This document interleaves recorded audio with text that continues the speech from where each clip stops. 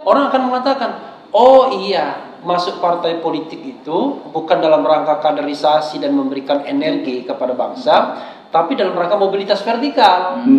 Kalau masuk partai politik, saya sudah punya teman menteri, punya teman wakil presiden, punya teman presiden. Wah, mudah bagi saya untuk menjadi, misalnya katakanlah tadi, elit inner circle kekuasaan untuk mencari keuntungan ekonomi.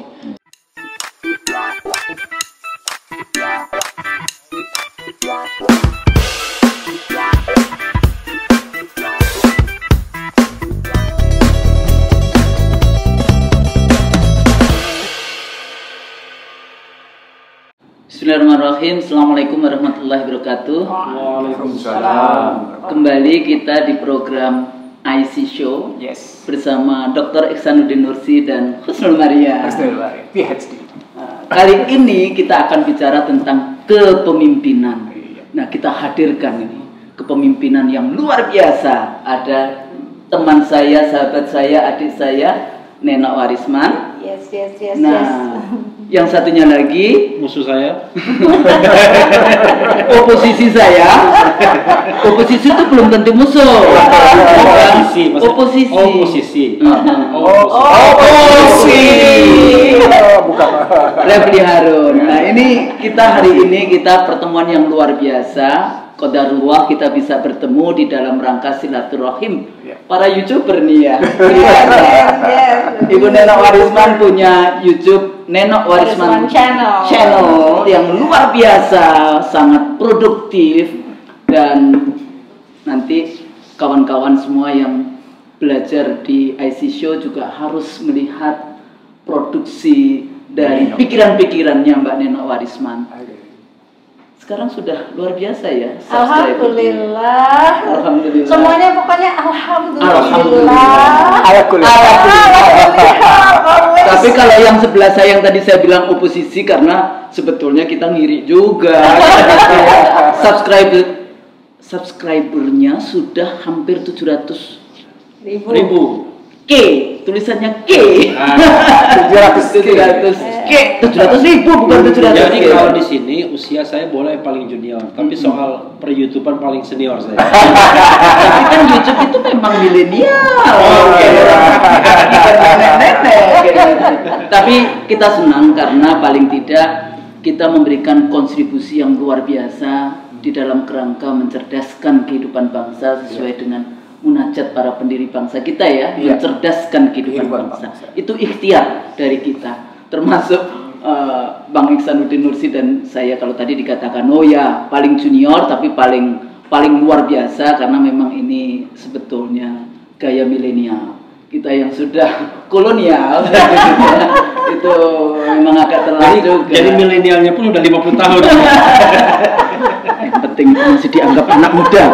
Nah, hari ini kita bicara tentang kepemimpinan ya Pak Nursi. Kalau kita concern kita, keprihatinan kita hari ini itu kan kita ini sedang lack of leadership. Jadi partai politik yang harusnya sebagai tempat kawah condro timuko dari calon-calon pemimpin bangsa gagal sebetulnya kalau kita perhatikan gitu ya di dalam mempersiapkan pemimpin-pemimpin bangsa. Kenapa? Karena mau jadi anggota DPR juga harus lewat partai, kemudian jadi presiden juga partai, dan seterusnya, eksekutif maupun legislatif. Nah, pada saat yang sama kita mengharapkan organisasi masyarakat, ormas-ormas sebagai tempat juga untuk memproduksi atau menghasilkan pemimpin-pemimpin yang handal. Tapi seringkali kita dihadapkan ormas yang kuat dan ormas agama. Nanti, oh nggak boleh nih dipisahkan antara agama dan politik, kayak gitu. Itu juga menjadi kendala. Karena di dalam teman-teman yang di ormas misalnya nggak boleh pemimpin perempuan. Itu tambahan lagi. Ya, jadi kalau agama nggak boleh nih masuk ke politik gitu ya, seperti zaman Sunan Gurgronya kayak gitu kan, nggak boleh kita masuk di dalam politik. Padahal kalau kita memperhatikan bagaimana pemikiran-pemikiran yang ada sebetulnya ya di tempat agama, kalau pemimpin kan harus yang amanah, yang cerdas kayak gitu ya, yang bisa dipercaya dan sebagainya. Itu kan sebetulnya moral ethics yang harus dikembangkan sebagai seorang pemimpin. Nah, saya seringkali juga membuat satu kalimat-kalimat yang seringkali saya sampaikan, tesis saya, seorang pemimpin dalam konteks kepolitikan di Indonesia dia harus memiliki kemampuan yang saya sering katakan sebagai memiliki kemampuan untuk membangun narasi bangsa. Sehingga kalau dia bisa menarasikan persoalan-persoalan bangsa, dia bisa kemudian yang namanya menyelesaikan, punya solusi. Kenapa narasi? Ya, narasi dulu. Kenapa? Kalau dia tidak mengerti, tidak bisa membangun narasi, bagaimana dia akan membangun solusi? Nah, itu persoalannya gitu. Narasi saja tidak bisa. Membangun narasi itu biasanya didahului oleh mata najwa. Jadi ini persoalan kita. Apalagi kemudian semuanya ingin menjadi pemimpin instan. Ya, makanya dalam politik kan ada kong kali kong atau unholy alliances, kalau itu teorinya Bang Lucy, ya, di dalam konteks oligarki politik dan oligarki ini. Apalagi kemudian partai politik juga terjebak pada rekrutmen yang berdasarkan tadi materialisme, teori-teori kita sebelumnya, dan atau juga kita bicara tentang dinasti. Nah, tapi saya nggak mau bicara tentang panjang lebar yang itu. Hari ini kita punya tamu yang sangat istimewa. Nah, apa ini yang mesti harus kita tanyakan kepada beliau-beliau ini? Apa ini sebetulnya yang bisa disampaikan ya, Mbak Neno? Kita nanya dulu sama Neno. Iya, Neno. Kita tanya dulu sama Neno bagaimana Neno melihat situasi sekarang di lingkup kemasyarakatan Kerakuldi. Dan dia pernah dipersekusi. Iya, makanya. Dulu zamannya mau pilpres itu. Bahkan pernah hebat digonjang-ganjingkan pada sesuatu yang sesungguhnya tidak proporsional. Mari kita dengar. Dipersekusi, bayangkan, dipersekusi. Kalau dipersekusi sampai dengan level kriminal, posisinya dekat dengan posisi kriminal. Tapi kalau sudah sekedar digonjang-ganjingkan, sebenarnya ada karakter, ada pembunuhan karakter. Jadi ada karakter assassination dibunuh di situ. Seorang Refli juga sama, seorang Husnul juga sama, bahkan Husnul sampai masuk pengadilan gitu. Mari kita dengar Neno. Gimana nih, Mbak Neno? Ayo ceritakan kepada teman-teman saya. Ada lesson yang pertama ini adalah gembira sekali, ada IC. Wah, ini pencerdasan yang sedang berlangsung. Mudah-mudahan ya bukan hanya akademisi aja yang nonton, tapi juga pangsa-pangsa yang lain kayak pangsanya Bang Refli itu milenial juga bisa ikut menikmati ya pelajaran-pelajaran ini. Saya senang sekali. Saya itu memang sudah meminati soal kepemimpinan dari SMP. Jadi saya ini dari SMP tuh merangkap-rangkap, Bang. Jadi kepala OSIS, ketua kesenian, ketua, pokoknya ketua melulu. Itu kan namanya pemimpin juga kan. Makanya perhatian saya itu sederhana, gampang. Kalau mau lihat pemimpin, dari yang kecil menampakkan yang besar. Itu prinsip saya. Lihat aja yang kecilnya. Misalnya nih ada orang kaya raya nih ya. Saya pernah ketemu sama gubernur, kemudian dia masuk ke orang gubernur, masuk mobil, tiba-tiba dia buka kaca terus meludah. Saya bilang dari sisi itu aja secara etika, waduh, namanya manner. Mannernya kayak gini. Oke, dari manner. Satu manner tuh kan akhlak juga kan, bagian dari yang, atau ya itu misalnya dia ngomong sama ajudannya atau apa. Saya sering kali melihat orang gini, gimana sih sikap dia sama ajudannya, pembantunya. Kita kan bisa lihat gitu. Yang kita rinduin apa sih? Seorang pemimpin yang dia itu bersikap baik bukan hanya kepada sekelilingnya, tapi juga bersikap baik terhadap yang utama adalah kalau pemimpin tinggi besar ya, tertinggi, itu adalah kepada rakyatnya berupa keputusan-keputusan dia. Saya benci sekali gitu kan melihat kerugian selalu ada di pihak rakyat, sehingga saya bersama emak-emak bergerak luar biasa pada hari-hari itu bersama Bu Husnul. Bukan apa-apa, kita memang pengen diganti presiden pada hari itu. Kita bukannya anti konstitusi, kita betul-betul mau bergerak secara konstitusional, dan kita memang itu nggak baca waktu itu, dia bacanya cuma di atas ada ganti presiden, dia nggak baca sampai titik.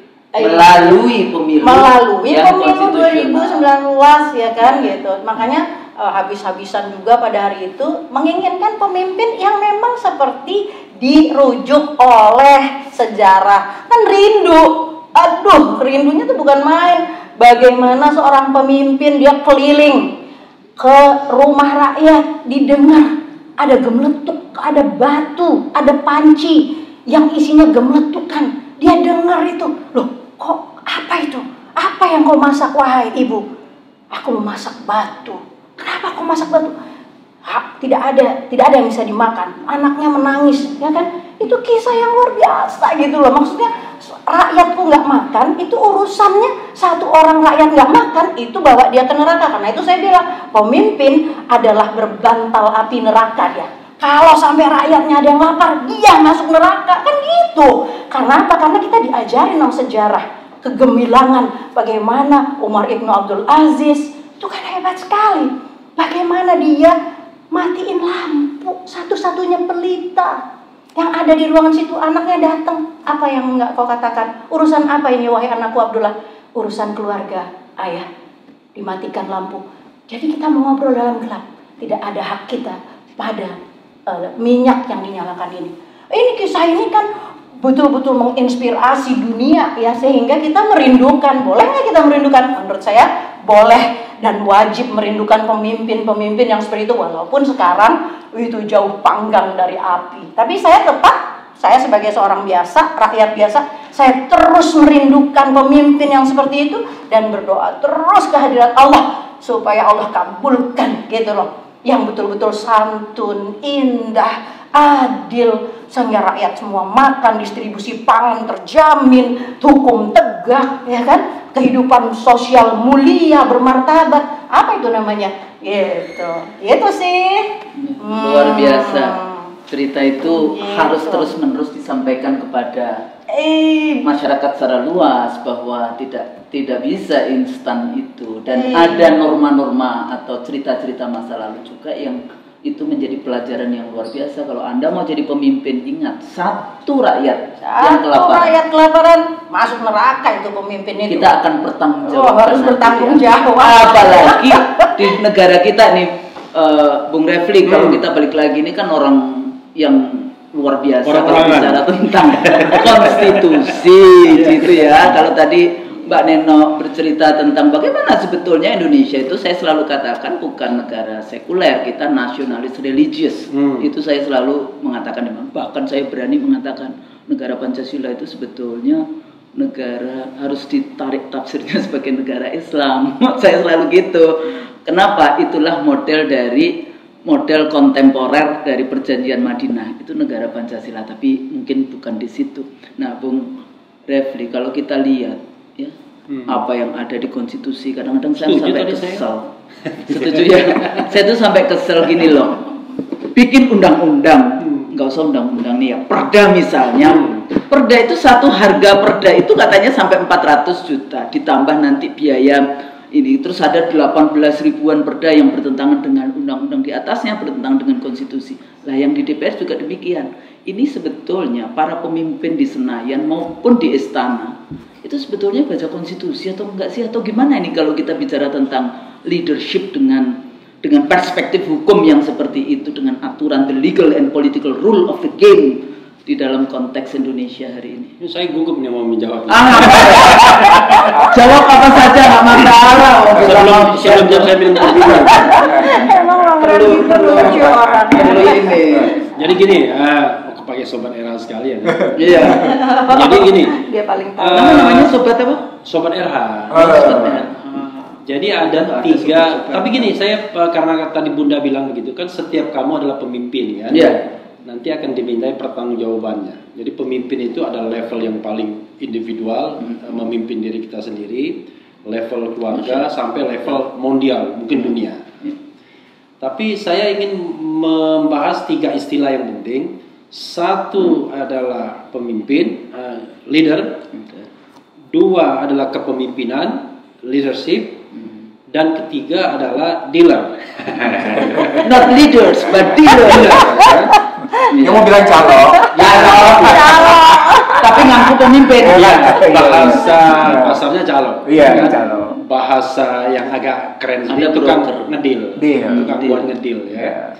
Nah, persoalan kita adalah dibandingkan leader, yang harusnya kan semua manusia tuh leader, pemimpin, lebih banyak dealernya di kita ini.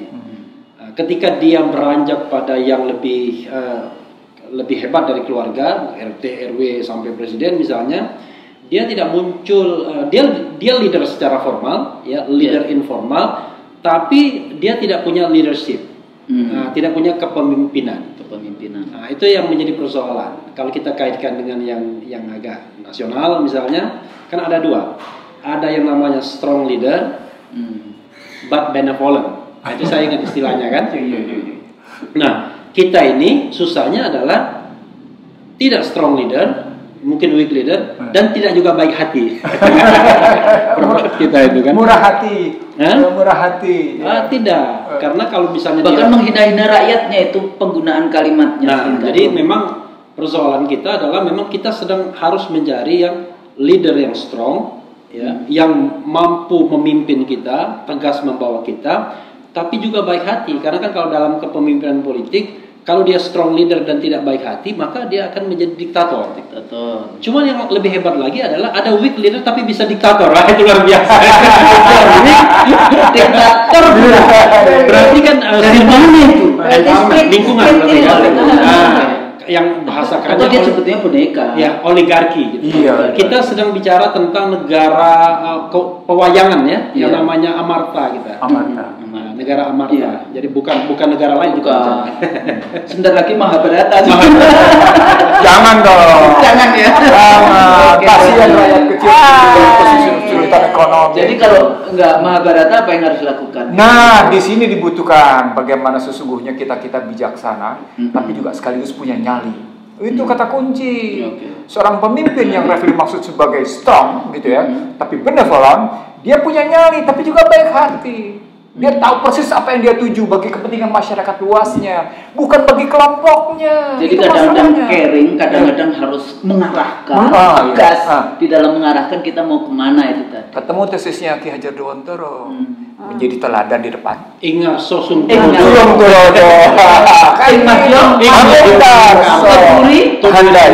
Nah sekarang nggak ada itu. Handayani ya. Iya. Bukan Tutwuri Hanjezeki ya. Tutwuri Handayani. Balik lagi Ki. Ya. Jadi karena itu menurut saya memang kita sepertinya sedang mengalami krisis kepemimpinan ya. Dan saya kira kenapa krisis kepemimpinan ini muncul? Karena memang yang namanya regenerasi kepemimpinan itu terlalu zigzag, nggak jelas. Kan harusnya kalau negara ini negara yang baik, pemimpin itu kan muncul dari sebuah regenerasi politik yang jelas. Nggak bisa tiba-tiba ada pemimpin ibarat meteor. Gara-garanya kenapa? Karena kita selalu berpikir tentang Ratu Adil. Ya. Kalau berpikir Ratu Adil itu kita berpikir pemimpin dari langit. Saya khawatir tadi Refli ngomongnya gara-gara gorong-gorong. Mikirnya pemimpin harus dari bumi, kan? Bumi. Nah, jadi jangan dari Satrio Piningit jadinya. Itu kan simsalabim juga. Tapi saya nggak mau tidak mau primordial loh. Iya. Konsep Jawa. Iya. Nggak boleh itu. Jadi pemimpin itu harus dari bumi. Jadi ada regenerasi politik. Ada kepemimpinan politik yang ya relatif memang kaderisasinya jelas. Makanya kan kita butuh partai politik, kita butuh ormas dan lain sebagainya. Kalau misalnya ormas atau partai politik tidak mampu memunculkan, menghadirkan atau melahirkan pemimpin-pemimpin yang baik ya, yang strong, but benevolent tadi, yang punya visi dan lain sebagainya, maka sesungguhnya organisasi yang penting itu kan gagal. Akibatnya yang terjadi adalah pemimpin bisa kita ambil dari mana aja. Saya nggak bicara gorong-gorong lah. Iya. Jadi nanti. Tapi juga nggak bicara bumi ya. Kriterianya siapa yang lebih sering masuk gorong-gorong kan? Dipikirnya itu pinggir di gorong-gorong.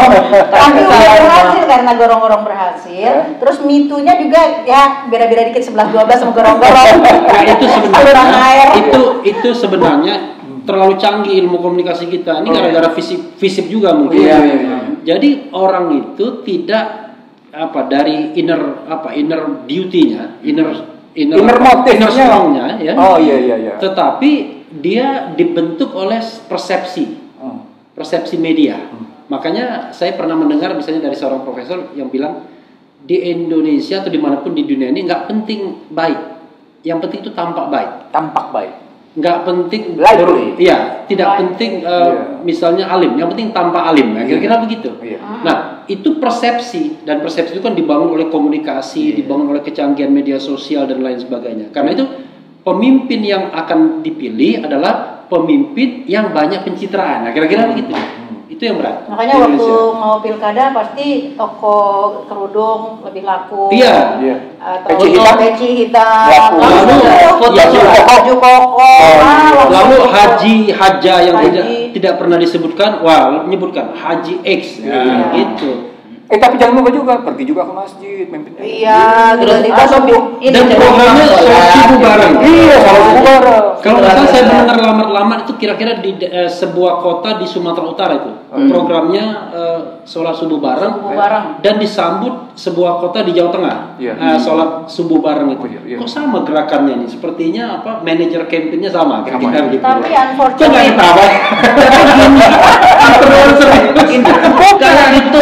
karena di Jakarta ada juga di sebuah kelurahan sholat subuh berjamaah. Tapi belum selesai, baru bicara full 15 menit, lompat lagi sholat subuh berjamaah tempat lain. Oke. Belum seru tuh. Yang paling berapa rakaat? Saya ngomong sholat subuh berapa rakaat? Jadi sholat subuh dengan sholat sunnahnya. Tapi gini, kalau menurut saya untuk isu tentang sholat subuh, menurut saya itu bagus. Karena apa? Karena itu sebetulnya kita sedang berhijrah kan. Cuma nanti apakah konsisten setelah jadi, tidak hanya cuma yang tadi pencitraan, setelah jadi dia juga tetap melakukan itu. Tapi ada hijrah. Kalau saya ada jadi niatnya, cuma kan kita nggak tahu niatnya. Itu oke. Tapi yang saya perhatikan, karena saya masyarakat ya, yang saya sayangkan, unfortunately gitu, orang kita itu udah jelas kayak begitu tapi masih percaya. Nah itu dia. Kalau orang kita itu lucu sekali, memuaskan gitu. Gumunan gitu. Tapi nggak begitu juga. Kenapa dia percaya? Karena memang ada threshold dalam pemilihan itu. Jadi threshold itu dia terus memperjuangkan threshold. Ya, threshold itu kan menyebabkan calon pemimpin itu memang betul-betul dibatasi di awal. Karena itu yang mampu menjadi calon dalam konteks pilkada misalnya, yang mampu membeli.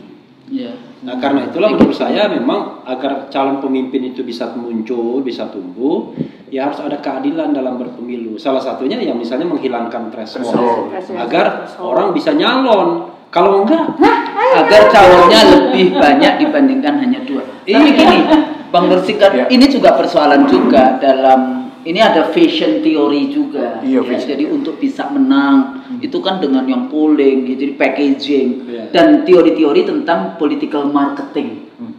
Ini orang ekonomi nih biasanya selalu bicara political marketing dan dia menjadi sangat terkenal sampai jadi profesorship dengan political marketing. Tapi jadi industri, sementara pada saat bertemu dengan saya tanya apa itu. Yang kedua lagi, demokrasi seperti ini tuh mahal, bla bla bla bla bla.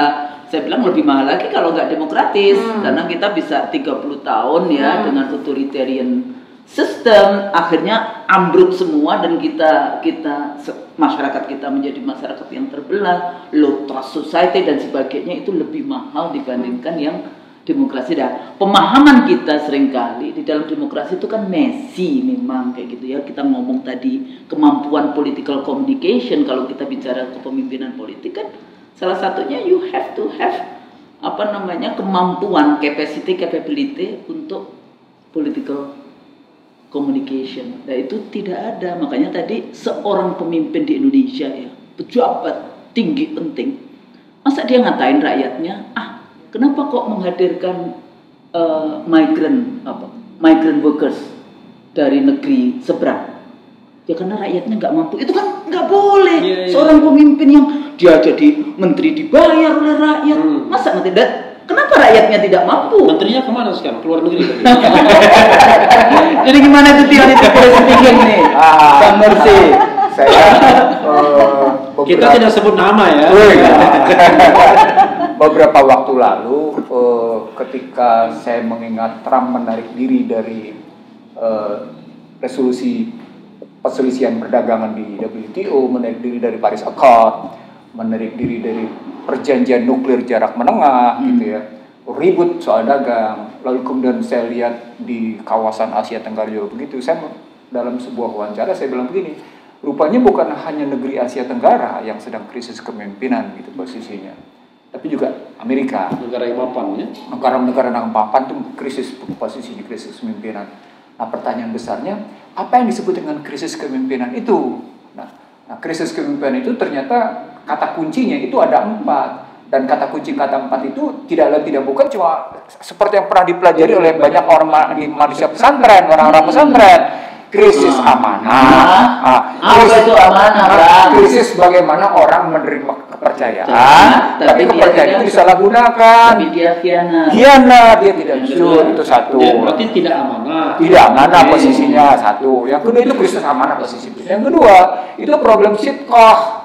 Krisis sitqoh, hal yang patut dipercayakan sama dia sesuatu yang benar, tapi tidak dilaksanakan secara benar, gitu posisinya. Apa itu istilahnya? Tidak apa? Ini ada sesuatu yang mestinya dilakukan, katakan Anda mesti menjalankan 10. Oh, itu tidak tablik berarti? Iya, tidak. Pasti posisinya. Iya, posisinya tidak bisa menyampaikan sesuatu yang benar. Tidak berdeliver. Iya, tidak bisa mendeliver posisinya. Yang ketiga, jadi janjinya itu tadi nggak bisa dideliver.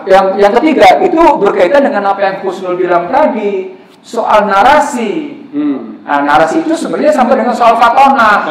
Oh, bagi orang-orang pesantren gitu. Tapi bukan fatona yang kasus ya ini kan? Bukan. Bukan. Nah, ini krisis narasi. Apa itu krisis narasi? Krisis bahwa sesungguhnya apa yang dia sampaikan gitu ya, itu sesungguhnya tidak rujuk dengan pengetahuan dia. Ya, tidak cocok dengan pengetahuan dia, atau kemudian pengetahuan dia sangat tidak mencukupi, terbatas, sekaligus juga miskin pengalaman. Jadi narasi itu menggambarkan, kalau dalam bahasa saya, narasi itu menggambarkan sesungguhnya gambaran pengetahuan dan pengalaman seseorang. Nah, di situ menggambarkan tingkat kecerdasan. Itu posisinya. Dan yang terakhir di situ mendeliver seluruh apa yang dia sampaikan, itu posisinya, agar memang orang bisa dilihat sebagai memenuhi janji, memenuhi apa-apa yang disampaikan pada dia. Sidik sudah tadi. Posisinya menjadi tablik, posisinya menyampaikan. Tapi kan dikunci dengan kata-kata berikut, menyampaikan dengan baik, bukan dengan melempar. Kalau menyampaikan dengan melempar, Anda merendahkan kemanusiaan. Ada contoh? Lempar-lempar buah mangga itu? Bukan. Buah manggis.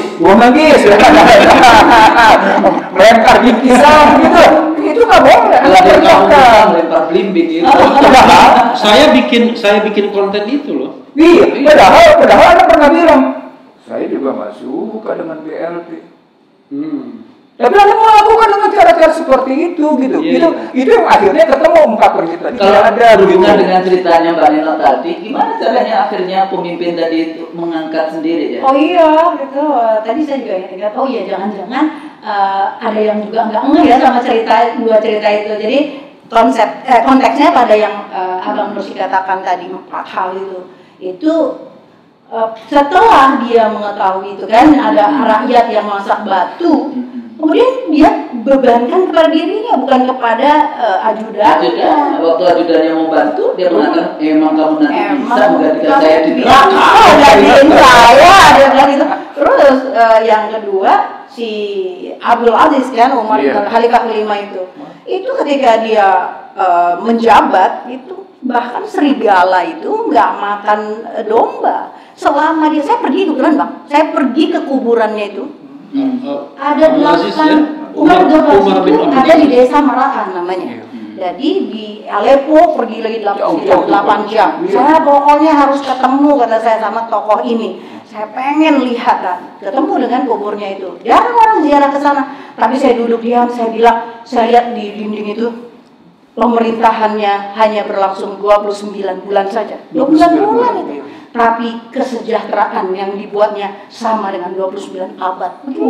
Dahsyat ya. Karena nggak ada orang miskin, nggak ada orang bisa menerima jizyah, nggak ada orang bisa menerima sedekah, saking semua itu kaya. Nah, apa yang menarik dari akhir ini adalah kalau dia pemimpin, makanya kita rindukan pemimpin yang tadi semua punya kapasitas itu, karena pada akhirnya nanti akan ada kesejahteraan buat rakyat. Nah, bukan rakyatnya, bukan orang aja ternyata. Bahkan jadi kesejahteraan itu bukan karena dikasih bansos ya? Iya, bukan dikasih bansos. Pakai cap ya? Pakai stempel. Itu mengajarkan rakyat untuk menerima apa itu? Tangan di bawah. Padahal itu tangan di bawah. Iya, padahal itu kan hina ya, tangan di bawah itu hina. Jadi saya terusin endingnya. Ketika seorang rakyat itu berlari-lari, sesuatu terjadi pada khalifah. Ternyata dia melihat serigala memakan domba. Dia katakan, this is the sign from Allah. Ini ada sesuatu terjadi, khalifah mati. Jadi berakhir masa khalifah yang adil, yang mensejahterakan rakyat. Alam pun berbicara. Sekarang kenyataannya 7 gunung ini bicara, udah ini udah mau meledak ini. Goncang di bawah laut. Itu fenomena alam, Nen. Jadi itu leadership ya. Dan itu kan Bang Nursi yang namanya Neno itu no endorse, no oppose.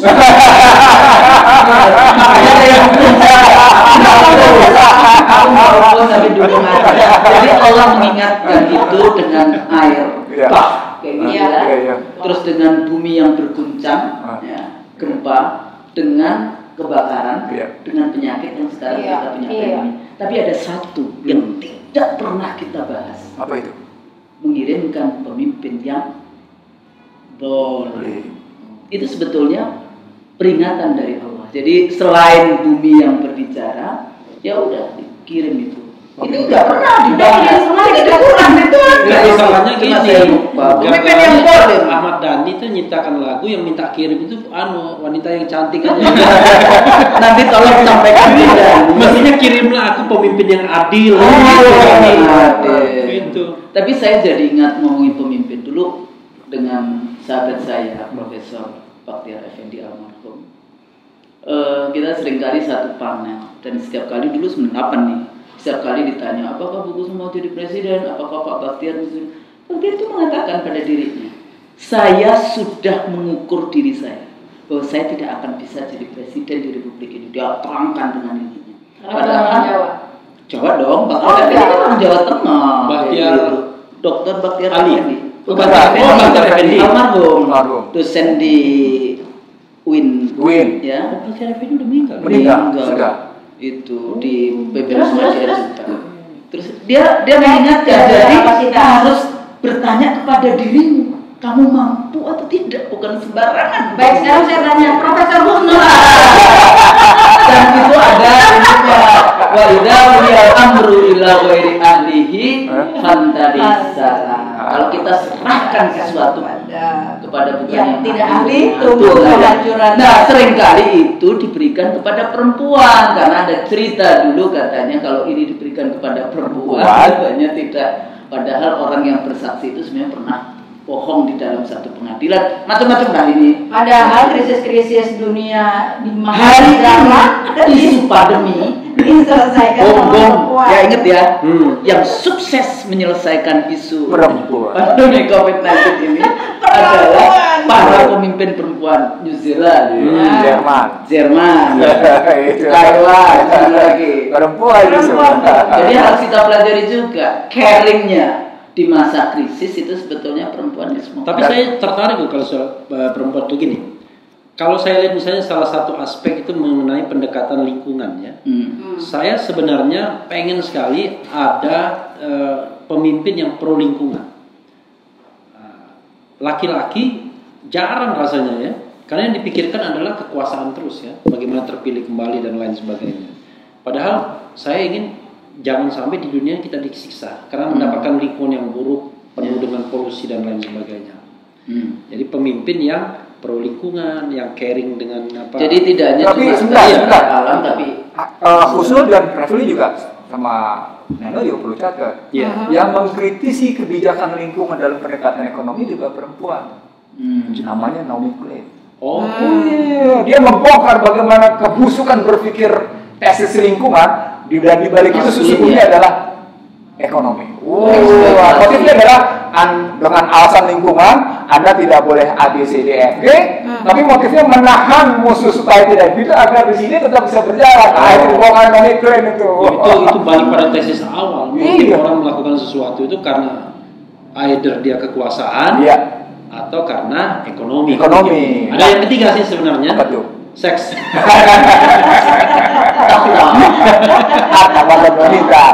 Tapi balik lagi ke tadi, kalau kita balik dalam krisis kepemimpinan yang seperti itu, maka pertanyaannya jadi begini: kalau Refli tadi bilang persoalan besarnya gagal dalam bahasa sederhana, regenerasi kalau pakai bahasa sosiologinya, mobilitas vertikal rusak kan gitu kan. Kalau dalam bahasa lain berarti sistem sosial berantakan, sistem politik berantakan, kan begitu ceritanya. Sistem ekonomi yang dengan ancaman kayak begini di 2021 kayak gini, berarti juga gagal, seperti juga di Amerika posisinya. Maka pertanyaan besarnya menjadi begini, kalau krisis kepemimpinan yang Anda bilang tadi sebagai ujian terhadap masyarakat yang salah, maka pertanyaan besarnya begini kan, apa yang salah? Kegagalan ini kan sebabnya harus dicari sebabnya kan. Oh, ini kepemimpinan benarnya. Nah, di sini saya teringat nih perdebatan yang muncul pada pertanyaan majalah Time 15 Juli 1974. Siapa pemimpin besar paling berpengaruh di dunia? Kata majalah Time. 15 Juli 74. Kan ada bukunya. 15 Juli itu kelahiran Anies Baswedan kalau nggak salah. Serius loh. 15 Juli itu sesungguhnya disonsok. Ketika Amerika dipukul oleh yang namanya negara-negara Teluk dalam rangka embargo minyak. Tapi sebenarnya 1974 itu situasi di mana mereka berusaha mencari kepemimpinan baru dengan siapa pemimpin besar paling berpengaruh itu. Nah itu pertanyaan majalah Time. Mereka ribut. Orang-orang Amerika, elit-elit Amerika itu ribut posisinya. Lalu muncullah seorang Yahudi, Jules Wasserman itu posisinya guru besar psikoanalisis dari Chicago University. Dia bilang nggak bisa kita jawab nama. Kita harus pakai kriteria katanya. Nah kriterianya ternyata menurut mereka adalah 3. Mereka pemimpin besar itu adalah yang melindungi rakyatnya. Nggak ada orang tua yang tidak melindungi rakyatnya. Pasti dari kalau pakai istilah Freddy kan tadi dari individu ke keluarga. Pasti keluarga itu pemimpinnya pasti melindungi anggota keluarga gitu posisinya. Itu umum. Yang kedua, mencerdaskan dan menyejahterakan. Di sini mulai masalah. Kalau bangun terus citra itu mencerdaskan apa enggak? Kalau menggunakan menipu itu. Kalau menggunakan buzzer itu mencerdaskan apa enggak? Kan gitu. Pertanyaan. Mensejahterakan itu. Mensejahterakan ya. Buzzer itu. Caranya, sampai kayak gini nanti dibilang ini buzzer lagi ya, buzzernya kayak gitu ya. Tapi orang bisa tahu karena kalimat mencerdaskan di sini diikuti dengan menyejahterakan. Yeah. Jadi mengikuti yang pertama adalah melindungi, yang kedua adalah mencerdaskan dan menyejahterakan. Yang ketiga yang paling menarik katanya apa itu? Mereka pemimpin besar paling berpengaruh adalah mereka yang mampu membangun kepada pengikutnya bahwa perjalanan ke depan adalah benar katanya. Jadi dia juga harus punya direction menuju kemana? Kemana? Secara benar. Iya, secara benar. Menuju kehancuran. Nah, itu bukan menuju keterbelahan. Keterbelahan. Seperti terjadi di negeri Paman Sam sana sampai akhirnya besar-besaran bilang American divided. It's time to hell. It's time to US unified. Kan begitu kalau di Amerika. Kalau di Indonesia begitu nggak ya? Di Indonesia cebong kampret. Iya, itu fenomena. Enggak, dan buku saya juga memang bicaranya begitu. Tapi saya ingin mengatakan seorang pemimpin menjadi masalah di sini, Flevi. Teman-teman, dia seharusnya menjadi aset atau liabilities bagi sebuah negara. Harusnya aset. Nah, jadi 3 kategori tadi melahirkan buku Michael Hart. 100 tokoh. Iya, 100 tokoh. Tahun 82, nomor 1 Muhammad Rasulullah. Yang menarik adalah selama 30 tahun diperdebatkan dan dituding-tuding habis Michael Hart, di 2012 bukunya tetap terbit lagi. Hanya karena satu pertanyaan.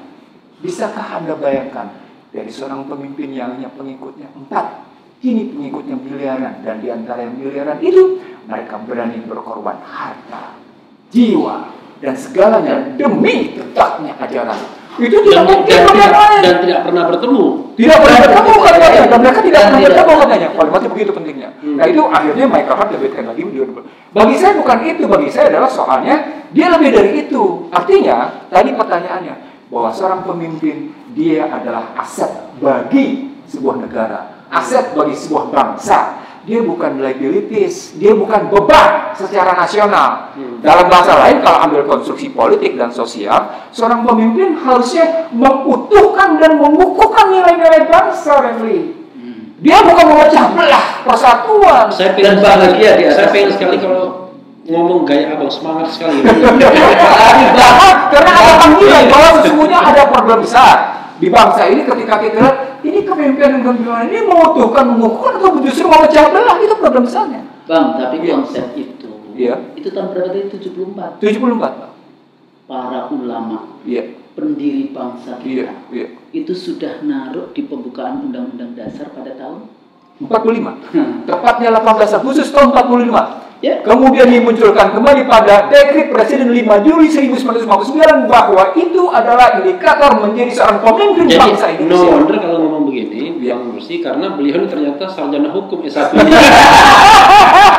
Jadi saya dia menyatakan melindungi segenap tumpah darah bangsa itu termasuk lingkungan karena tidak hanya manusianya tapi juga lingkungannya. Tapi ya mau bicara sehebat apapun, ternyata fitrah dasar dari manusia itulah.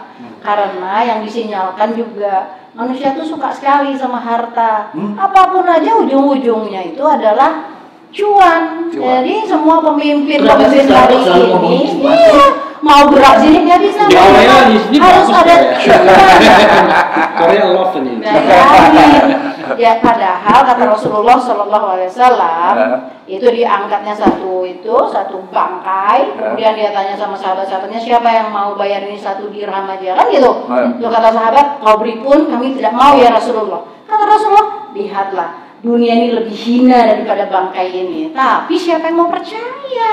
Apalagi pemimpin-pemimpin yang dapat fasilitas, nggak usah hebat. Jadi anggota DPR aja udah mabuk kepayang. Kalau untuk menjadi anggota DPR, dia memang harus sudah transaksional sehingga dia merasa ini harvesting, jadi lagi panen gitu loh. Jadi untuk bisa mengarah ke situ, duduk di situ, dia sudah bayar transaksional. Padahal tuh ya, kalau misalnya anggota DPR itu, misalnya dia terpilih, bukan dia pesta atau dia selamatan, nangis tersungkur dia tergugum. Ya Allah, saya 5 tahun di penjara, saya nggak bisa senang-senang, saya harus mikirin seluruh pelosok. Ini seperti baca puisi 212. Jadi ada satu hal lagi yang penting. Tadi kan saya bilang strong, kuat, lalu kemudian benevolence, baik hati. Dan yang ketiga itu asketis. Saya menganggap bahwa tadi vision, vision. Jadi kita temui aja kira-kira ya. Asketis. Saya Bunda Neno tadi kan mengatakan mereka itu harus memikirkan rakyatnya jangan sampai tidak makan dan lain sebagainya. Saya kira memang susah mencari pemimpin yang seperti itu yang memastikan rakyatnya makan dulu baru dia bisa tidur nyenyak. Kalau ini kan enggak. Kalau kita jadi pemimpin kita di service first class yang menservis kita bawahan kita kan kira-kira begitu. Gimana pemimpin itu mau care dia kepada orang bawah kalau dia selalu ditinggikan terus fasilitasnya, kehidupannya dan lain sebagainya. Bahkan dia tidak pernah berpanas-panas misalnya. Nah, ini yang menurut saya yang kita harus kembalikan. Kita harus ada pemimpin yang betul-betul merakyat tapi nggak dibuat-buat. Nah, gimana? Ya. Merakyat tapi ukurannya itu bukan bajunya 60.000. Enggak. Kemudian ini ya, itu kan. Pemimpin yang itu kan kadang-kadang dibuat-buat. Ya. Tapi betul-betul pemimpin yang asketis. Jadi asketis itu gini. Orang yang berani menahan kenikmatan walaupun dia bisa mendapatkannya dengan mudah. Kayak Bang Refli itu dia bisa beli mobil harga 1 miliar, tapi dia pakai mobil Azul. Itu fitnah. Pakai P. Tapi nggak apa-apa kalau kendaraan. Kalau saya melihat kendaraan bagus tuh nggak apa-apa karena Rasulullah dulu onta merah ya. Ontanya terbaik. Tapi bukan dari hasil korupsi. Iya. Kudanya terbaik. Iya, tapi kuda terbaik, unta terbaik karena dia untuk berjihad. Betul. Ini kan nggak untuk berjihad ini kan sebenarnya kan, tapi untuk senang-senang kan beda. Nah dari sana lahirlah problematik. Ya. Acap kali aspirasi tidak dijalankan, tetapi malah disimpangkan. Kenapa? Karena kepekaan pemimpin terhadap kondisi sosial politik ekonominya itu punya jarak. Kepekaannya sangat-sangat jauh sekali, nggak karu-karuan. Karena sistem dibangunnya begitu sedemikian rupa. Sistem itu kalau pakai istilah Refli tadi, sistem protokoler itu membuat seorang pemimpin berjarak dengan yang dipimpinnya. Sistem protokoler itu membuat seorang pemimpin tidak lagi punya kepekaan terhadap situasi yang adanya. Sistem protokoler itu membuat seseorang tidak lagi mengerti tentang harkat martabat si miskin. Jadi begitu dia jadi pemimpin, dia teralinasi justru. Nah, dia awalnya mungkin dari rakyat, ketika dia dipilih menjadi pemimpin, maka oligarki memagari dia agar tidak lagi bergaul dengan orang banyak. Sehingga dia terbatas penglihatan dia seolah-olah negara ini baik-baik saja. Padahal yang miskin, yang tidak makan banyak, dan dia tidak tahu itu. Dia hanya, ya ini balik lagi, akhirnya dia itu harus to serve siapa? To serve the people. Atau to serve the capitalist interest, kepentingan tadi oligarki ekonomi itu tadi. Ini jadi bahaya juga. Nah, dalam perspektif sebenarnya kalau ambil dari situasi kekinian, apa yang tadi Refli sebut, apa yang tadi Nenok dan kemudian sebut, itu disebut sama yang namanya Francis Fukuyama. Dalam situasi sekarang kita bukan sekedar butuh pemimpin yang begitu katanya, kita butuh pemimpin yang pernah saya bilang, pemimpin yang efektif, kebijakan yang efektif, agenda-agenda yang efektif, sehingga namanya dia mampu menyelesaikan masalah dan dia bukan bagian dari masalah gitu loh. Yang paling seneng orang ekonom itu kalau ngomong efektif. Iya benar. Padahal orang ekonomi. Padahal bahasa efektif dan efisien itulah yang membuat ekonomi ribut. Iya. Antara Prof. Bubiarto yang mazhab UGM sama mazhab UI. Dan kawan-kawan. Tapi UI yang ekonomi ya. Iya, ekonomi. Fakultas ekonomi itu tidak mau disebut sebagai fakultas ilmu sosial, dia nggak mau. Oh, nggak mau. Fakultas calon menteri. Jadi bukan hanya soal bagaimana yang efektif dalam konstruksi kepemimpinan, kebijakan, agenda, tapi bagaimana juga masyarakat bisa menerimanya, masyarakat bisa mendukungnya, gitu. Kerja sama masyarakat menjadi penting, dan saat yang sama juga muncul kepercayaan bahwa yang dilakukan memang benar posisinya. Artinya sesungguhnya seorang pemimpin itu bukanlah orang yang berada di atas sana yang kerjanya memerintah. Konsep ini salah. Ini konsep ini nih. Konsep pemimpin adalah memerintah bahwa I am the law, I am the king. Bahwa apapun yang saya mau itu harus bisa dilaksanakan oleh mereka para pengikut, mereka siapapun gitu. Itu salah konsep pemimpinan begitu. Nggak bisa diterima kepemimpinan kayak gitu. Itu menggeser format kepemimpinan, bagaimana dia berada di depan sebagai teladan, dia berada di tengah sebagai pemberi semangat, dia di belakang sebagai orang yang membangun semangat untuk bekerja. Kalau rujukannya menjadi seorang pemimpin yang kerjanya memerintah, nggak bisa diterima. Itu sukar sekali bisa diterima kayak begitu.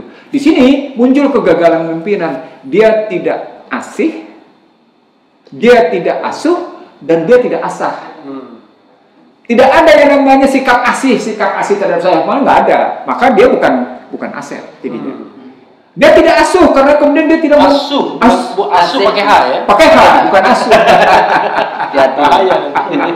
Nah, dia tidak asuh, dia tidak memberi pengayoman terhadap orang-orang yang memang dia lindungi. Dan yang menarik yang terakhir, dia tidak mencerdaskan. Apalagi motifnya adalah selalu memainkan pencitraan. Nah, di sini akhirnya dia tidak ketemu dengan nilai-nilai yang pernah dibangun dalam struktur masyarakat itu. Di sini muncul bahwa kepemimpinan yang tidak berpijak dari nilai-nilai masyarakat sesungguhnya dia menjadi liabilities, Refli. Tapi problem kita ini adalah ya gini. Problem hari ini kalau kita mau, ini kan ditonton orang ya. Iya. Problem hari ini tidak mampu atau tidak mau. Jadi unable or unwilling. Unable or unwilling. Iya. Kalau kita bilang dua-duanya gimana? Sudah nggak mampu, nggak mau lagi. Benar-benar celaka kita. Karena problem kepemimpinan. Kalau begitu sebenarnya nggak mampu, nggak mau. Sebetulnya salah satu yang bertanggung jawab itu kampus. Oke. Itu yang pernah saya bilang sama Husnul. Enggak, saya nggak setuju. Kenapa kampus? Karena setuju. Kenapa kampus? Karena di situ itu tempat di mana sebenarnya organisasi. Dulu kan, kalau zaman dulu kan, ya memang proses pendidikan schooling ya, selain tadi yang non formal. Menurut saya begitu. Dulu masih ingat zaman saya kuliah, zaman kolonial ya, kita kuliah itu kita ada dewan mahasiswa, kita ada senat, kita berdebat, walaupun di satu rezim yang relatif itu kan profesional dewan mahasiswa. Kalau saya kan zaman BEM saya. Saya belum sampai situ. Baru kemudian ada NKK, BKK, gitu kan. Kita dilarang oleh Menteri Pendidikan, dilarang semuanya yang seperti itu, sehingga Kemudian yang kalau negara itu kan negara apa? Korporasi. Jadi negaranya dia semuanya cuma satu. Kalau pemuda ya KMPI, kemudian kalau perempuan Dharma Wanita dan ini, kemudian kalau semuanya satu-satu. Jadi kita kompetisinya ke atas bukan ke samping. Sehingga kita tidak punya latihan yang luar biasa. Makanya kalau dulu mahasiswa Anda masuk jadi senat, kemudian atau HMI, terus kemudian HMI, IMM, PMKRI, Himabudi, terus kemudian jadi KNPI, terus jadi Menteri Pemuda dan Olahraga. Itu sekarang semua kan terpatahkan, semua nggak ada. Jadi sekarang mahasiswa juga yang saya bilang, mahasiswa sekarang juga sudah dikooptasi oleh negara, oleh rezim, dijadikan buzzer misalnya. Pada saat pemilu kan dikasih proyek, dibayarin, akhirnya yang harusnya dibangun intelektual sebagai seorang mahasiswa yang menurut saya the most jadi kelompok yang paling sedikit korupsinya itu sudah terkorup gitu ya, culturally menjadi terkorup di dalam terkorupsi kayak gitu oleh satu rezim yang seperti itu. Dan ini semuanya menurut saya kampus bertanggung jawab juga kalau salah satu dari tapi bukan kampus, awal utamanya itu adalah pendidikan di dalam rumahnya pertama. Enggak, maksudnya tuh soalnya saya kan dosen jadi seringkali melihat itu di dalam Bu Husnul, ini yang menyebabkan Bang Ihsan ya, kenapa harus presiden perempuan ke depan? Karena perempuan itu lebih paham, lebih memberi ruang, lebih memberikan slot untuk tumbuhnya kepemimpinan atau calon-calon pemimpin itu yang dididik. Kita lihat aja siapa misalnya yang paling fenomenal kalau dalam kisah sirah ya, misalnya Al-Fatih misalnya gitu, Usama misalnya gitu. Itu kan anak-anak yang dibesarkan dengan bi'ah atau lingkungan yang baik, yang benar. Saya yakin ayah ibunya Abang Ihsan, ayah ibunya Bu Husnul, ayah ibunya Bang Refli itu adalah orang-orang yang memberikan kepada kita asupan pertama itu yang sangat memadai. Nah, ini miskin sekali. Saya sebagai orang pendidikan rumah ya, namanya pengasuhan, PR besar. Kenapa? Sudah sepanjang gerakan itu. Iya, sepanjang tahun pergi ke sini nggak ada slotnya, nggak ada di dalam pergi kemana ke Kementerian Pemberdayaan Perempuan nggak ada, ke Kementerian Pendidikan Nasional nggak ada juga, nggak ada. Jadi anak dan remaja yang katanya itu nanti akan jadi pemimpin-pemimpin masa datang itu bukan subjek pembangunan. Mereka hanya dijadikan objek saja. Nah, selama itu tidak mendapatkan slot dia di semua lini ya, ini nggak akan lahir karena semuanya sebenarnya lahir dari rumah. Anak yang bagus tuh lahir dari rumah, pemimpin yang bagus itu lahir dari rumah, dari bapak ibunya. Saya tambahin juga ya, memang ada satu soal lagi, ini shortcut. Jadi saya melihat gejala anak-anak muda terutama ya, kalau saya misalnya hukum. Itu kalau kita menjalani profesi lawyer misalnya, yang dibayangkan tuh wah lawyer itu kaya raya, jasnya bagus, mobilnya bagus dan lain sebagainya. Dia tidak melihat bahwa esensi dari itu semua adalah kerja keras dan kerja cerdas kan gitu. Tapi dia dalam rangka yang dalam itu keadilan, mencari keadilan. Itu konsekuensi saja sesungguhnya. Tapi yang dia lihat itunya kayanya. Karena itu dia kemudian mencari alternatif bahwa untuk kaya Anda tidak perlu kerja keras, kan? Anda bisa jadi mafia misalnya, kan begitu. Jadi cukup berani berani ngambil resiko, jadi mafia, Anda akan kaya raya. Maksudnya mafia peradilan ya? Ya mafia apa aja. Oke, mafia. Mafia politik kan bisa juga. Dalam kasus hukum mafia peradilan. Iya, dalam kasus hukum. Tapi dalam politik kan orang akan mengatakan, oh iya, masuk partai politik itu bukan dalam rangka kaderisasi dan memberikan energi kepada bangsa, tapi dalam rangka mobilitas vertikal. Kalau masuk partai politik, saya sudah punya teman menteri, punya teman wakil presiden, punya teman presiden. Wah, mudah bagi saya untuk menjadi, misalnya katakanlah tadi, elit inner circle kekuasaan untuk mencari keuntungan ekonomi. Maka orang mengatakan sekolah nggak penting, ya kan? Kerja keras nggak penting. Yang penting kita berani nekat jadi mafia. Menterinya sendiri juga mengatakan itu nggak penting. Iya sih, Menteri Pendidikan sendiri kan statement. Tapi surveinya Indobarometer Fuka. Volatile uncertainty complex ambil. Contohnya adalah pemimpin yang sesungguhnya tidak pernah mampu menunjukkan satu gambaran kestabilan. Dipikirnya contohnya itu yang Itu. ini contoh beneran secara keilmuan karena itu sistem yang volatile, uncertainty, kompleks dan ambigu kayak gitu, dan itu yang padahal di pendidikan kalau kata tadi Mbak Neno ya social agent yang pertama kali membentuk pemimpin ya di keluarga. Itu banyak contohnya yang kita dengar kayak bagaimana kata-kata seorang ibu itu juga hati-hati kan kalau mendidik anaknya. Sekesel apapun tidak boleh kayak ceritanya. Tapi selama Sudais misalnya ya, Imam Sudais kan. Imam Sudais yang luar biasa kan, ibunya marah karena ini, tapi marahnya aku. Ya marahnya gini, marahnya kamu itu betul-betul mengesalkan hati saya. Pergi kamu ke masjid jadi imam besar ya kayak gitu. Ini para ibu-ibu penting sekali ya, jangan sumpah serapah kepada anaknya. Nah, itu social tapi agent. Itu dianggap bahkan ekonom yang mendapatkan Nobel Prize yang dari India. Amartya Sen. Dia juga mengatakan gitu ya, perempuan as a social agent di dalam konteks itu ekonom, tapi dia bicara tentang perempuan loh. Karena memang dia bicara tingkat kesejahteraan dan pendekatan sosial. Dan itu lagi-lagi memang perempuan bukan. Tapi begini, kadang-kadang kita ini kan ukuran berhasil misalnya itu sangat materialistik. Nah, mestinya ukuran berhasil itu sejauh mana dia misalnya develop sebagai manusia ya. Misalnya kalau dia jadi pemimpin, bagaimana dia pemimpin yang macam-macam lah tadi, yang amanah, yang efektif, yang bisa deliver terhadap program dan lain sebagainya. Nah, itu yang harus dihargai kan, sisi manusiawinya kita. Tapi kalau saya lihat motivator-motivator itu, dia selalu mengatakan keberhasilan itu ya ekonomi, uang, harta. Coba lihat. Motivasi oleh para motivator itu selalu yang namanya sukses itu is money, uang. Makanya kemudian orang hanya menuju satu titik, bahwa Anda harus punya banyak uang, banyak harta untuk dikatakan sukses. Nah, ini menurut saya yang membuat kita krisis. Kalau kata Jack Ma, jika Anda tidak punya apa-apa, kata-kata emas pun akan didengar sebagai kentut. Tapi sebaliknya, ketika Anda menjadi orang kaya, kentut pun dianggap sebagai nasihat. Karena environment-nya, lingkungannya begitu. Tapi coba kita misalnya membayangkan ada orang yang betul-betul dia punya kualitas kepemimpinan yang baik dari kecil, asketik, benar-benar hidupnya sederhana, tidak sandiwara, tidak di framing, tapi betul-betul dari awal begitu kehidupannya. Omongan dia pasti akan jauh lebih didengar, ya kan? Nah, ya kalau Rasulullah kan tidak perlu untuk menjadi kaya raya untuk didengar kan? Sampai ketika bajunya dibuka ternyata bekas pelepah semua karena tidurnya di lantai dengan, kayak seperti itu. Iya. Nah, artinya kalau memang ada yang sosok begitu genuine, saya kira jauh lebih didengar.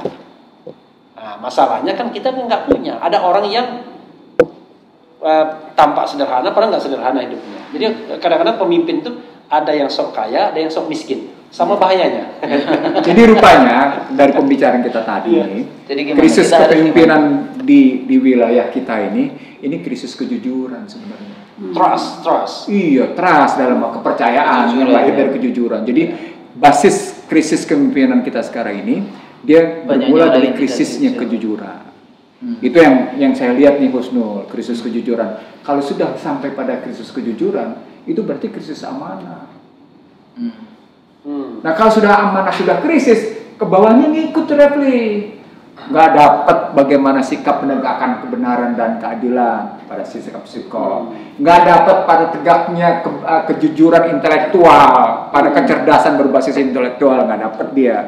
Nggak dapat mendelita pesan-pesan. Dia perlu mempropagandakan nilai-nilai yang tadi liberal. Jadi kata kuncinya itu tadi, kata kuncinya tadi kejujuran tadi. Begitu kejujuran tidak ada, di bawahnya habis. Dan ketika kejujuran juga tidak ada, ketika masuk konsep yang namanya tadi, bagaimana Anda harus menjadi teladan, seperti yang saya bilang sama Anda, sirna keteladanan. Nggak ada dia posisi keteladanan, nggak bisa lagi dilihat sebagai. Dan kalau sudah tidak ada keteladanan, maka secara singkat dalam pendekatan ekonomi, Anda sudah menjadi liabilities, intangible liabilities itu problemnya. Bilang liabilities itu siapa? Contoh konkretnya. Nah, kalau kita ambil intangible liabilities, kita bisa lihat ke diri kita. Kita a part of problem atau kita a part of problem solution. Itu bisa kita lihat ke diri kita. Kalau kita memang merasa bahwa kita bagian dari masalah, maka seharusnya kita berkontribusi pada penyelesaian. Kalau kita sekarang bicara dengan kondisi ekonomi seperti ini, kira-kira kita kepemimpinan seperti apa ya? Nah, berhenti bermain persepsi, kan dari tadi soal persepsi. Iya.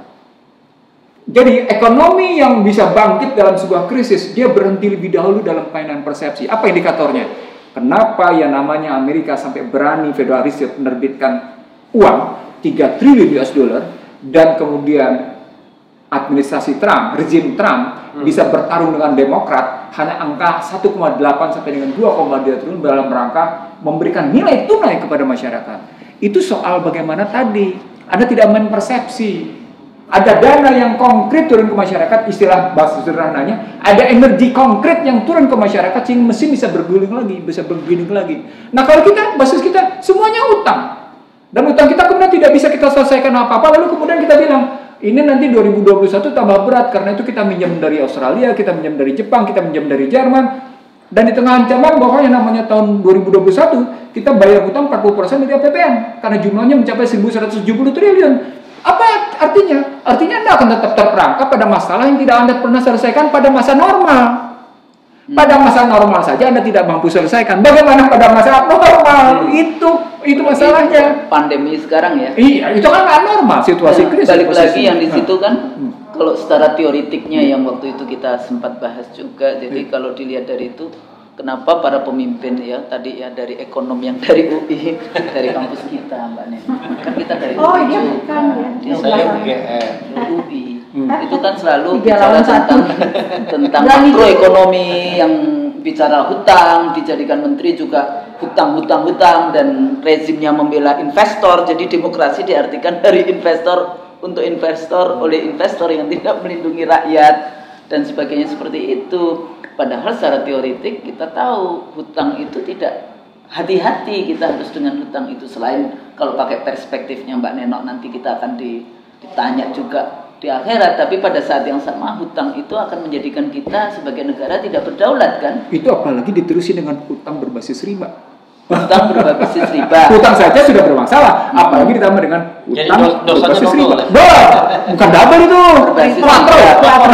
Dan kemudian juga investornya asing kayak gitu kan. Akhirnya menjadikan negara kita apa yang istilahnya apa terminologinya kita diinvasi, diinfiltrasi, infiltrasi,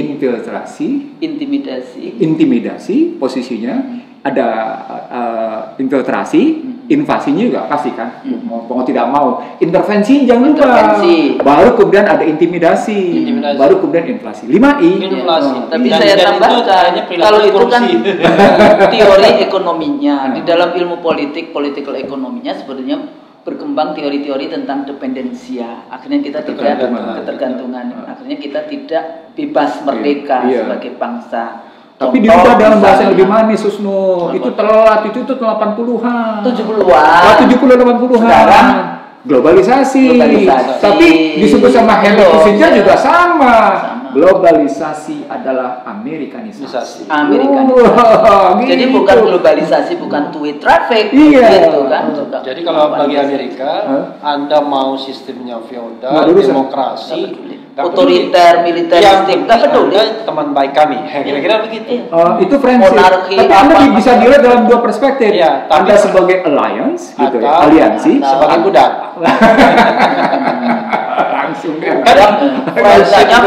Dalam tanda kutip kan. Iya. Friendship sebetulnya sebagai budak ya, bukan sebagai teman mitra, bukan sebagai mitra. Dari perspektif itu, kalau kembali lagi dalam kerangka hukum tata negara, Anda tidak kemudian membebaskan bangsa ini dengan membebaskan penjajahan dari segala bentuknya. Kita tetap terjajah dalam perspektif ekonomi, kita tetap terjajah dalam perspektif politik. Ketemu tesisnya Hatta, demokrasi politik saja tanpa demokrasi ekonomi, maka kita belumlah merdeka. Gitu tesisnya Hatta. Jadi kalau cuma demokrasi politik saja tanpa demokrasi ekonomi, nah itu problematika kepemimpinan. Tapi demokrasi ekonominya diartikan liberalisasi atau neoliberal. Nah, ini jadi persoalan kan? Iya. Karena padahal kita tahu liberalisasi itu gagal. Bukan sekedar gagal, mental disorder.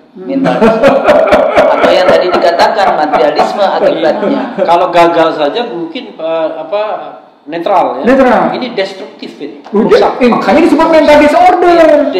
Mental disorder disebutnya. Jadi di Amerika bawa ke rumah sakit jiwa. Ya? Iya, itu sebenarnya bukan kajian kita, Husnul. Tapi ada. Itu kajian di Amerika. Jadi mereka sendiri bilang rebel resistance is mental disorder. Nah, itu dilakukan penelitian. Kenapa orang-orang Amerika pada gendut? Kenapa pada gendut posisinya? Disebut di situ, oh iya, ada yang gendut karena korban industri farmasi, ada yang gendut karena korban industri makanan. Ribut mereka, ujungnya soal bagaimana menguruskan. Lalu mereka ternyata punya problem satu, kata Stiglitz, ketimpangan ekonomi dan rasisme, mental disorder jadi jatuhnya. Itu riset loh, bukan sembarangan. Sewot sekarang. Ini kan yang harus dilakukan. Ini kan bagus nih, pembicaranya bagus, semuanya hebat-hebat. Cuma masalahnya gini, ada orang yang tahu bahwa dia tuh tahu. Ini oke, bagus kalau dia dengar gitu kan. Terus ada orang yang tahu bahwa dia nggak tahu. Nah, berarti dia belajar. Tapi ada orang yang nggak tahu bahwa dia tahu, dia abai. Parahnya pemimpin Tidak tahu itu dia nggak tahu bahwa dia tuh nggak tahu. Itu masalahnya.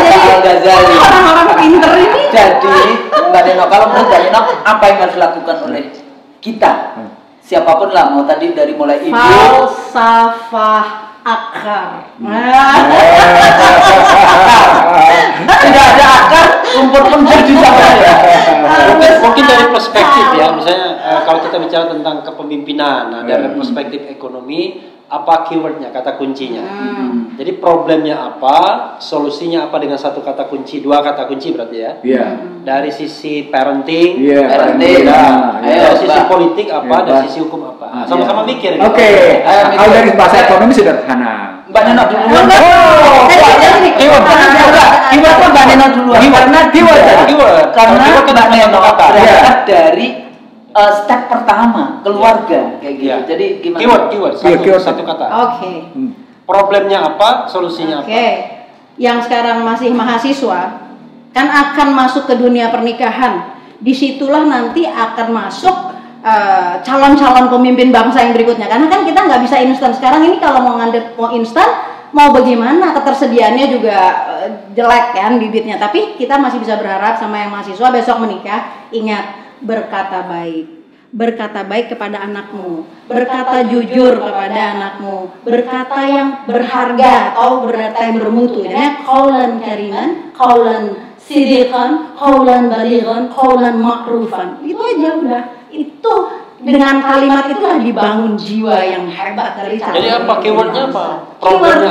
Problemnya apa? Solusinya apa? Keywordnya hanyalah problemnya, untuk problem dulu. Problemnya ada pada pembibitan pertama. Jadi ayah dan ibu, calon ayah dan ibu yang abai terhadap pendidikan di dalam rumah. Hargai pendidikan di dalam rumah itu lebih dari segalanya. Sederhananya begini, itu. Nah, ini udah menyatakan bangsa ini sedang menghadapi krisis moral. Enggak begitu. Jadi apa dong? Biasa. Krisis moral. Saya spesifik bilang kita menuntut dari pemerintah yang baru yang mau kapan apa memperhatikan unit yang paling kecil namanya keluarga. Membangun keluarga yang kuat. Itu yang pernah kita bilang. Berarti family ya. Family itu yang kita bilang. Lurusnya keluarga, gagal negara. Sama. Enggak ada tayangannya, jangan lupa pesan thumbnailnya. Sekarang kalau secara hukum gimana? Gini, kalau secara hukum tuh ada kata-kata yang sederhana sebenarnya, dan itu di Pancasila itu dua kata muncul, dua kali muncul, yaitu adil. Jadi sila kedua kan, kemanusiaan yang adil dan beradab. Sila kelima, keadilan sosial bagi seluruh Indonesia. Jadi akar masalahnya ketidakadilan, jawabannya adalah keadilan. Coba bayangkan kalau pemimpin itu politik, hukumnya apa? Adil itu bahasa hukum. Bahasa hukum. Justice politik itu bahasa hukum. Iya, tetapi dengan syarat bahasa hukum kan. Jadi syarat pertama Anda untuk menjadi orang hukum harus adil. Apa istilahnya itu yang imamum adil juga. Istilahnya apa itu yang timbangan itu apa? Dewi enggak, bukan itu apa? Kata-kata equality before the law. Apa? Enggak. Kalau yang pedang keadilan, bukan apa? Neraca keadilan. Justice gitu loh. Justice for all. Iya. Apa? Nah, dalam konteks ini, Ya. saya punya tesis sebenarnya yang sering saya katakan. Ya. Kalau dalam perspektif hukum tata negara yang saya pahami, yang kita butuhkan not only welfare state, negara kesejahteraan, negara sejahtera, tapi justice state, negara keadilan. Karena itu jauh lebih substantif daripada welfare state. Nah, itu justice state. Dan itu Pancasila banget, sila kelima terutama. Nah, saya ingin menerjemahkan apa yang disebut dengan justice state. Dari sisi ekonomi ya? Ya, justice state karena terjadi ketimpangan sumber daya, kepemilikan sumber daya, ketimpangan produksi, ketimpangan distribusi, ketimpangan kekayaan, maka kata kuncinya adalah menstrukturkan kepemilikan rakyat pada sumber daya, produksi, dan distribusi dengan merujuk pada pemilahan atas barang publik, barang komersial, dan kuasi barang komersial dan barang publik. Dan di sana dibutuhkan pemimpin yang tadi saya sebut. Yang tadi tablik, amanah, fatona. Disebut tadi bagaimana. Jadi kembali lagi struktur kepemilikan pada sumber daya, produksi dan distribusi secara merata pada rakyat dengan merujuk pada pemilahan dan pemilihan atas hajat hidup orang banyak, produknya, produk komersial dan kuasi. Saya tolong tuh, saya mau nolong tuh Bang Nursi. Bahasa hukum adalah ketidakadilan dan keadilan. Bahasa ekonominya ketimpangan dan pemerataan. Itu pasti ujungnya di situ. Makanya tadi saya bilang struktur kepemilikan kalimatnya. Oke, kalau gitu nanti ditambahin juga yang politik apa? Kalau tadi yang tadi yang keluarga apa? Bahasa hukumnya apa? Enggak, sebenarnya ketika dia ambil dalam posisi kata pembukaan Undang-Undang Dasar 45, dia ada di 5 kata kunci. Kata kunci pertama adalah bebas dari ketertindasan. Ya, pertama, bebas dari kemiskinan, bebas dari kebodohan, bebas dari ketimpangan, bebas dari kehinaan. Di sana ujungnya di sana ujungnya menjadi bukan sekedar the dignity of man, bukan sekedar the dignity of people, tapi the dignity of nation. Bukan the dignity of man, the dignity of person. Oh, person. Udah tadi udah ditambahin. Udah, person. Iya, posisi gitu. Bukan one man one vote. Oke. Untuk udah susah kayaknya. Bukan dia aja yang harus nutup. Kalau dari segi politik sebetulnya persoalan kita yang tadi lack of leadership dan sebagainya, ini persoalan politik kita juga. Sistem politik yang transaksional, dikuasai oleh oligarki politik, oligarki ekonomi, 3 kembar oligarki, oligarki sosial, yang semuanya prosesnya akhirnya yang itu tadi, kapitalism to serve kapitalis interest dibandingkan to serve the people, kayak gitu ya kan. Kita kalau ngomongin konstitusi kan selalu the people. Prosesnya semuanya proses yang tadi di partai di ini semuanya maunya instan. Tapi kalau di people kalimatnya bukan people interest ya, people needs ya. People needs. The people to serve the people needs. Tapi enggak politik kita, politisi kita to serve the capitalist interest, kepentingan kapitalis, kepentingan apa yang tadi istilahnya investor, kepentingan oligarki, ekonomi dan sebagainya, sampai kemudian prosesnya seringkali disebut the liberal Machiavellian kayak gitu ya, jadi menghalalkan segala cara untuk bisa menempati itu. Padahal lagi-lagi mestinya politik kita ya kembali lagi ke Pancasila, ada musyawarah, ada mufakat, ada proses. Dan sebetulnya di politik juga sama. Inti utamanya juga moral, ethics di dalam politik ini yang hilang sebetulnya. Ya, jadi untuk apa sih berkuasa? Kan itu pertanyaan. Untuk apa Anda berkuasa? Untuk apa Anda duduk di situ? Di dalam rangka untuk kaya. Iya, satu langkah untuk kaya ya. Sehingga dia bukan untuk kaya, untuk kaya raya. Untuk kaya. Oh iya, kaya raya ya. Padahal kalau pulang pakai terkait kafan aja. 2 kali 1. 2 kali 1. Jadi ini persoalan, sehingga tadi isu keadilan nggak ada, keluarga tidak dimasukkan di dalam. Jadi Mbak Nenok kalau di dalam Kementerian Pemberdayaan Perempuan itu hanya menteri yang non state ya, jadi dia state minister, jadi menteri negara yang dia tidak punya kaki sampai tingkat non portofolio. Oh gitu bahasanya ya, non portofolio. Iya, itu bahasa ekonomi dan keuangannya. Tapi kalau kita bahasanya itu tadi gitu ya. Persoalannya dia nggak punya uang dan nggak punya kuasa. Nggak ada nomenklaturnya.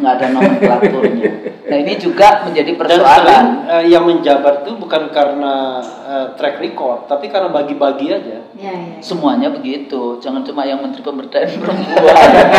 Emangnya jadi menteri pendidikan gimana caranya? Prof. Kadang-kadang ada portofolio kementerian atau non portofolio yang memang kadang-kadang dianggap ini ringnya ring 2, ring 3. Kan biasanya ring 1 itu kan menteri di bidang ekonomi. Wah, itu biasanya presiden, kalaupun dia tidak dari partai politik, dia cari orang yang paling tidak berpendidikannya jelas lah, ya kan? Lalu kemudian ada ring 2, tapi ada menteri dan lain-lain. Tapi yang tadi yang bisa dibagi-bagi ekonomi tadi itu dalam konteks Indonesia, karena kita tidak memiliki yang yang integritas itu tadi, sudah terjual kedaulatan kita dengan harga murah tanpa rasa malu, itu baru saya juga gitu. Kan yang menentukan bukan kita. Iya. Pemegang saham. Ada teorinya IMF, World Bank, dan Unholy Alliance itu. Ya, itu persoalannya. Gimana caranya kira-kira secara hukum? Ya, gini, kalau kementerian di bidang ekonomi kan kita harus mengakui bahwa pastilah ada otaknya, ya kan? Tapi kan masalahnya ada keberpihakannya kan. Nah itu, ketika berani nggak dia mengatakan tidak, yang menurut disiplin ilmunya dengan hatinya mengatakan harusnya nggak mengambil langkah A, tapi karena pemimpinnya bilang tolong dong A, kan begitu.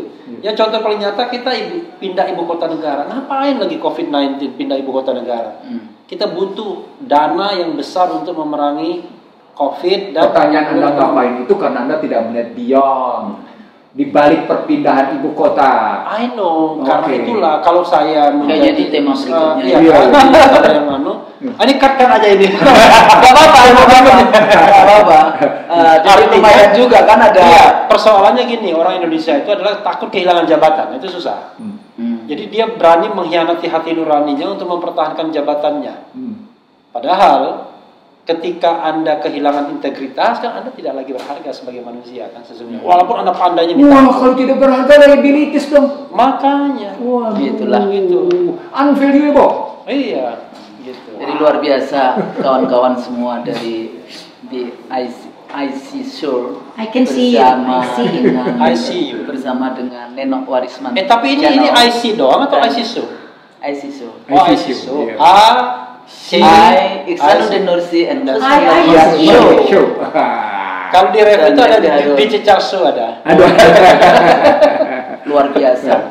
Nah, kalau kita balik lagi di dalam tema kita kepemimpinan dan sebagainya, apa menjadi fungsi negara. Saya pernah diundang oleh Angela Merkel waktu itu ya. Itu orang yang paling top di situ yang jadi dieluk-elukan itu dari negara Buton yang seringkali ini. Kenapa? Karena di sana dia punya gross happiness product kayak gitu, dihitung itu bagaimana. Terus saya bilang 1000 tahun sebelum Buton itu melakukan itu, pemikir Islam Al-Farabi bicara tentang fungsi negara adalah mensejahterakan rakyat dan membahagiakan rakyat dunia akhirat, tentu saja di dalam konteks itu. Jadi mari kita pelajari kembali sebetulnya konsep-konsep, dan itu ada di Mukadimah Ibnu Khaldun. Dan saya kasih tahu, kalau saya mengajarkan pemikiran-pemikiran seperti itu disebut radikal. Padahal kita sedang melakukan studi banding pemikiran. Disebut radikal. Mengarah kepada agama pemikiran misalnya Gus padahal konstitusi kita itu dibentuk dari pemikiran nasionalis dan Islam. Iya. Makanya banyak sekali kan bahasa-bahasa, misalnya musyawarah mufakat, majelis permusyawaratan rakyat, itu semua bahasa Arab itu di dalam konteks itu. Jadi teman-teman. Untungnya PKI nggak ikut loh waktu mendirikan negara kita ini. Itu dan waktu itu kalau enggak, ada ketua partai mengatakan, Ibu Husnul, ini semuanya dari semua kekuatan. Saya langsung, PKI nggak ikut ya? Sama PKI nggak ikut ya? Langsung dia diem. Oh iya, jadi bukan PKI tapi left, pemikiran kirinya ini nih ya saya. Pemikiran kiri dari mana? Nggak tahu, ini ketua partai itu bicara begitu, kayak gitu ya. Jadi teman-teman, kita berterima kasih hari ini punya tamu yang luar biasa. Mudah-mudahan diskusi kita, omongan sore hari ini itu bermanfaat untuk menambah mencerdaskan kehidupan bangsa. Insya Allah. Dan apa yang kita katakan itu nasihat bagi diri kita sendiri. Betul. Iya. Jadi kita tidak berpretensi bahwa kita benar, ya. Iya. Karena itu juga nasihat bagi kita sendiri, dan pendapat kita adalah pendapat yang subject to debate. Jadi orang bisa punya perspektif yang berbeda. Yang penting demokratis dan tidak dilarang, tidak di-IT-kan, ya, ITE-kan. ITE-kan gitu. Ini semuanya di dalam rangka kebebasan beragama, civil and political liberties, kebebasan menyampaikan pendapat. Mudah-mudahan ya itu ada gunanya. Kalau kita salah tentu saja kita mohon maaf. Sampai ketemu lagi nanti di program berikutnya IC Show. Assalamualaikum warahmatullahi wabarakatuh. Waalaikumsalam warahmatullahi wabarakatuh.